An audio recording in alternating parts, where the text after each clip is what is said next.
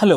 So ഒരാളോട് നമ്മളിപ്പോൾ ചോദിക്കുകയാണ് ഏറ്റവും സേഫസ്റ്റ് ഓഫ് ഇൻവെസ്റ്റ്മെൻറ്റ് എന്താണ്, അവരുറപ്പായിട്ടും പറയുന്ന ഒരു കാര്യം എന്ന് പറഞ്ഞാൽ FDകളായിരിക്കും. അതായത് ഫിക്സഡ് ഡെപ്പോസിറ്റുകളായിട്ട് ഒരു നല്ലൊരു എമൗണ്ട് ഓഫ് മണി ഇടുക. അവിടെ ക്യാപിറ്റലിന് റിസ്ക് ഒന്നുമില്ല, ബാങ്ക് അതെല്ലാം നോക്കിക്കോളും. നമ്മളൊരു ഫിക്സഡ് ആയിട്ടുള്ള ഇൻട്രസ്റ്റ് നമുക്ക് കിട്ടും, നമ്മളതുകൊണ്ട് നമ്മുടെ കാര്യങ്ങൾ ചെയ്യുക. എന്നാൽ അങ്ങനെയുള്ള ഒരു FDയിൽ ഉണ്ടായ ഒരു ഫ്രോഡ് ആക്ടിവിറ്റിയാണ് ഞാനിപ്പോൾ പറയാൻ പോകുന്നത്. ഒരു 3-4 ദിവസം മുമ്പ് ICICI ബാങ്ക്, രാജസ്ഥാനിലെ ഒരു ബ്രാഞ്ചിലെ ICICI ബാങ്കിൻ്റെ ഒരു റിലേഷൻഷിപ്പ് മാനേജർ ഇൻവോൾവ് ആയ ഒരു ഫ്രോഡ് കേസാണിത്. സോ ആളുടെ പേര് സാക്ഷി ഗുപ്ത എന്നാണ്. 26 വയസ്സുണ്ട്, റിലേഷൻഷിപ്പ് മാനേജർ ആയിരുന്നു. എന്താ ചെയ്തതെന്ന് വെച്ച് കഴിഞ്ഞാൽ ഈ FD ഉള്ള ആൾക്കാരുടെ അനുവാദമോ അല്ലെങ്കിൽ അവരുടെ അറിവോ ഇല്ലാതെ അവരുടെ അക്കൗണ്ടുകളിൽ നിന്നും ആ പൈസ സാക്ഷി എടുത്തു. എങ്ങനെ എടുത്തു എന്ന് ചോദിച്ചു കഴിഞ്ഞാൽ, ഈ നമ്മളറിയാമല്ലോ, ഒരു FD ഇപ്പം ബ്രേക്ക് ചെയ്യുക അല്ലെങ്കിൽ ഒരു ബാങ്കിങ് ട്രാൻസാക്ഷൻ നടക്കുമ്പോൾ അതിൻ്റെ ആദ്യത്തെ ഒരു സിമ്പൽ എന്ന് പറയുന്നത് OTP ആണല്ലോ. സോ ഈ സാക്ഷി നേരത്തെ തന്നെ OTPയുടെ നമ്പർ അവരുടെ വെബ്സൈറ്റിൽ കയറി അവരുടെ ആ ഒരു അധികാരം ഉപയോഗിച്ചുകൊണ്ട് അതെല്ലാം ചേഞ്ച് ചെയ്തിട്ടാണ് ഇത് ചെയ്തത്.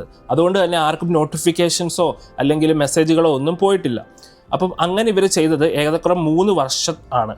3 വർഷം കൊണ്ട് 4,58 ലക്ഷം രൂപയുടെ അടുത്ത്, അതായത് 4,60 ലക്ഷത്തിൻ്റെ അടുത്ത് രൂപ ഇവരിങ്ങനെ ചെയ്തു, ഇങ്ങനെ എടുത്തിട്ട് ഇവരെന്താ ചെയ്തതെന്ന് വെച്ച് കഴിഞ്ഞാൽ, ഈ ഒരു എമൗണ്ട് എല്ലാം ഇവരൊരു പൂൾ അക്കൗണ്ടിലേക്ക് മാറ്റി. പൂൾ അക്കൗണ്ട് എന്ന് പറയുമ്പോൾ ഈ നമ്മുടെ ഓഡികൾ അല്ലെങ്കിൽ നമ്മുടെ ഇൻട്രസ്റ്റുകൾ ഇതെല്ലാം വന്ന് ഒരുമിച്ച് ഒരു അക്കൗണ്ടിൽ നമുക്ക് ഹോൾഡ് ചെയ്യാൻ പറ്റുന്ന ഒരു പൂൾ അക്കൗണ്ടിൽ അവരിതെല്ലാം ഹോൾഡ് ചെയ്യുകയും അവിടുന്ന് അവരിതെല്ലാം നേരെ എടുത്ത് F&Os, അതായത് ഫ്യൂച്ചേഴ്സ് ആൻഡ് ഓപ്ഷൻസിലോട്ട് ഇൻവെസ്റ്റ് ചെയ്യുകയും ചെയ്തു.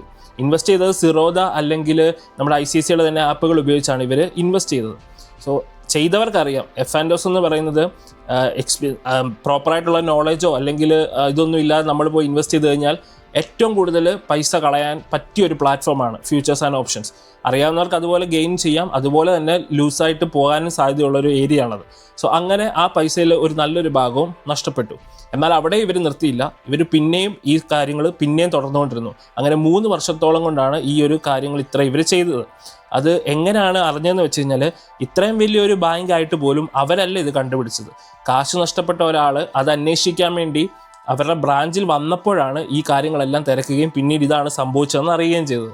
അപ്പം അത് കഴിഞ്ഞ് ഇവരെ ഇപ്പോൾ അറസ്റ്റ് ചെയ്യപ്പെട്ട എനിക്ക് തോന്നുന്നു ഇവരുടെ സഹോദരിയുടെ വിവാഹത്തിൽ നിന്നെങ്ങാണ്ടാണ് അറസ്റ്റ് ചെയ്തത്. സോ അറസ്റ്റ് ചെയ്ത് കഴിഞ്ഞപ്പോൾ ഇവരുടെ കാര്യങ്ങളെല്ലാം ഇപ്പോൾ ഇവർ ചെക്ക് ചെയ്തുകൊണ്ടിരിക്കുകയാണ്, എങ്ങനെയാണ് എന്താണെന്നൊക്കെ ഉള്ളത്. സോ അത് ബാങ്കിൻ്റെ കാര്യം, അതല്ല നമ്മുടെ ടോപ്പിക് ഇത്രേ ഉള്ളൂ. ഇങ്ങനൊരു കാര്യം ഉണ്ടാകാതിരിക്കാൻ നമ്മൾ എന്തൊക്കെ ശ്രദ്ധിക്കാമെന്ന് വെച്ച് കഴിഞ്ഞാൽ, ഒന്ന് OTP അല്ലെങ്കിൽ അങ്ങനെയുള്ള അലേർട്ട്സ് എല്ലാം ആക്ടിവേറ്റ് ചെയ്തിടുക.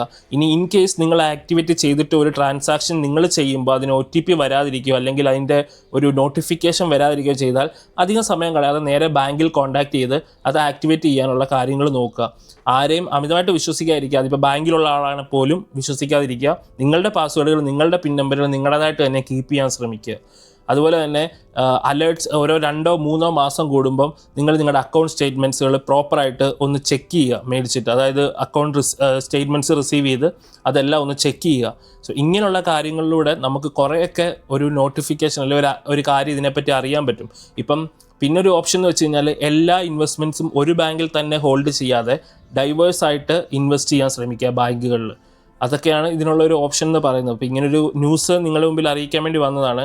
ഒബ്വിയസ്ലി ആരുടെയും പൈസയൊന്നും ഇതിനകത്ത് പോകാൻ പോകുന്നില്ല. കാരണം ICICI ബാങ്ക് ഒരു റെപ്യൂട്ടഡ് ആയിട്ടുള്ള ബാങ്ക് ആയതുകൊണ്ടും ഫിനാൻഷ്യലി നല്ല ഹെൽത്തി ആയിട്ടുള്ളത് കൊണ്ടും അതെല്ലാം റീഫണ്ട് തന്നെ ചെയ്യപ്പെടും.